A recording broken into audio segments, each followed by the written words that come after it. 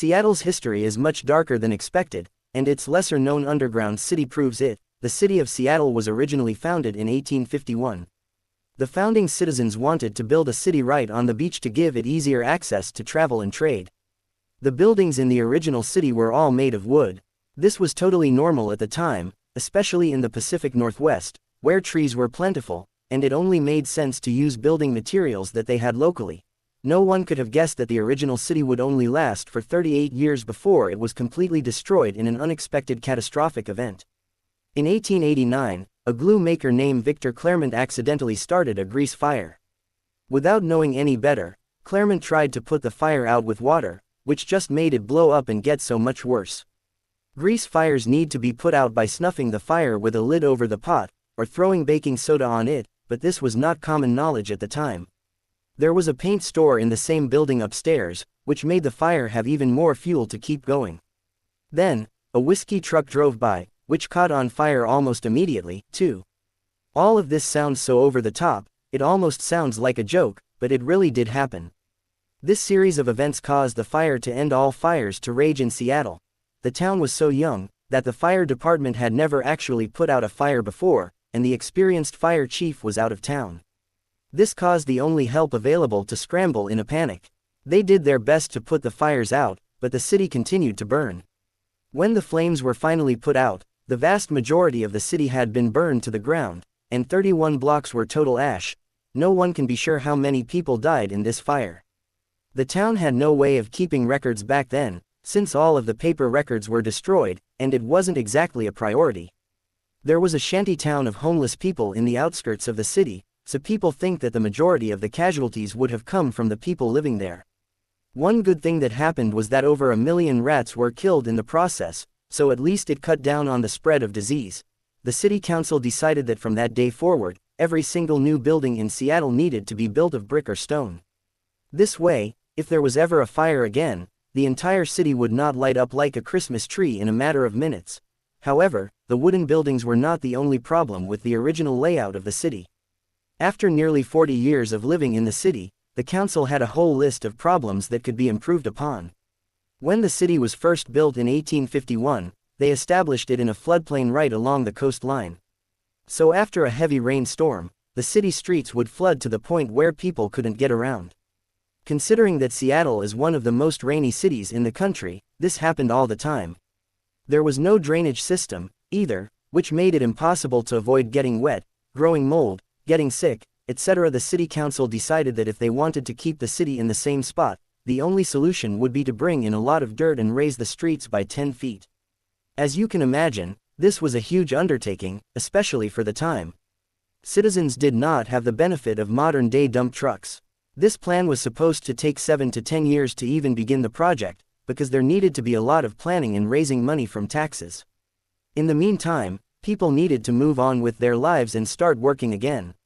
So business owners started to rebuild in stone on the ground level, knowing that one day, the buildings would just be demolished all over again. After the fire left the entire city in ruin, Seattle citizens set out to build a new town out of stone and brick. The streets were very narrow, almost like wide alleyways that were just big enough for a horse-drawn carriage. Remember, this city design wasn't meant to last 100 years. They knew it was a new city that would only be around for 10 to 20 years at the most, but they still wanted to make the most of it. Buildings were decorated with signs in the windows of their stores, and they tried to make the best out of their environment, even though they knew it would only be temporary. Once the city was finally ready to start construction on raising the streets, it could not all happen at once. Dirt had to be carried in and leveled. This required so much manpower, it was going to take forever without the benefit of modern technology.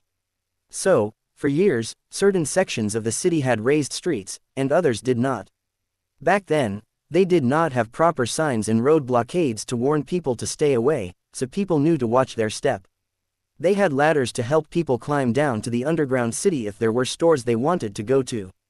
17 people died from involuntary suicide, which meant they had their head stuck in a newspaper and fell down the 15-foot curb. While they were raising the streets, many of the new sidewalks were installed with pavement lights of glass. This served as skylights down to the parts of the city that were still underground. The glass was originally clear when it was first installed, but it has changed to become purple over the years. Men were moving to Seattle at a rapid rate, because they desperately needed labor to help rebuild city, and it was a great opportunity for job seekers. At one point, there were 10 men for every 1 woman, so there were literally not enough girls to go around. Prostitution was in high demand. Lou Graham was a madam who ran one of the biggest brothels in the Seattle underground. She became a millionaire and accounted for the majority of the taxes that paid for rebuilding the new city. Her sex workers were also paying taxes on their own wages, and were listed as seamstresses on the books. Without these sex workers, the new city may never be as grand as it is today. During the gold rush, Seattle profited a lot off of the miners passing through the city who needed supplies while they traveled from Canada down to California. Normally, the businesses made a combined $300,000 per year in sales. After the gold rush, it went up to $25 million. After inflation, that is a tremendous amount of money. Lucky for them, this windfall of money came at a time when they desperately needed to build the new infrastructure of Seattle 3.0. By the early 1900s, the bubonic plague was beginning to spread.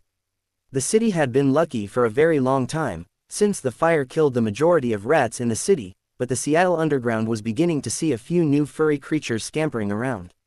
Citizens became worried that if people continued to hang out down there, they could possibly catch the plague.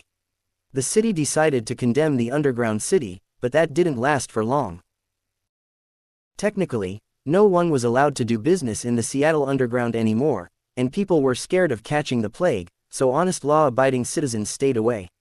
However, this did not stop hustlers on the black market from taking advantage of all of the free square footage underneath their feet. In the 1920s, the city of Seattle seemed like a very clean and wholesome town. Anyone who came to visit would be shocked by the low crime rates and zero homelessness, despite the growing rate of unemployment during the Great Depression. Everyone seemed to be abiding by the new rules of prohibition in the light of day, but all of the sin was happening underneath their feet. The Seattle underground became one massive place for people to hide their speakeasies, casinos, and opium dens. And, of course, homeless men would sleep in the abandoned buildings underground, instead of on the streets where people could see them. People did not start going back into the underground city on a regular basis until around the 1960s, when some brave souls decided to set up sightseeing tours. These business owners installed electric lights in the Seattle underground so that people could actually see down there. When everything is so dark and spooky, it's really no surprise that some people believe the underground city is haunted. Witnesses have reported floating orbs and apparitions of ghostly women wearing Victorian-era clothing. Anyone who visits the city can take a nighttime ghost and paranormal tour to hear all of the different stories and legends of the spirits who apparently haunt the old city. Today, the current city of Seattle is more than a little bit afraid that the hollow city underneath the streets of the town may one day collapse, if there was ever a major earthquake. Supports are being added, and certain sections of the underground are closed off from visitors. It is considered to be too dangerous for people to hang around in the underground city for very long, so it is mostly used for guided tours, and nothing more. Despite all of the tragedy leading up to the modern-day Seattle, the legacy of the underground has become a gem that is unique to their city, and totally worth a visit.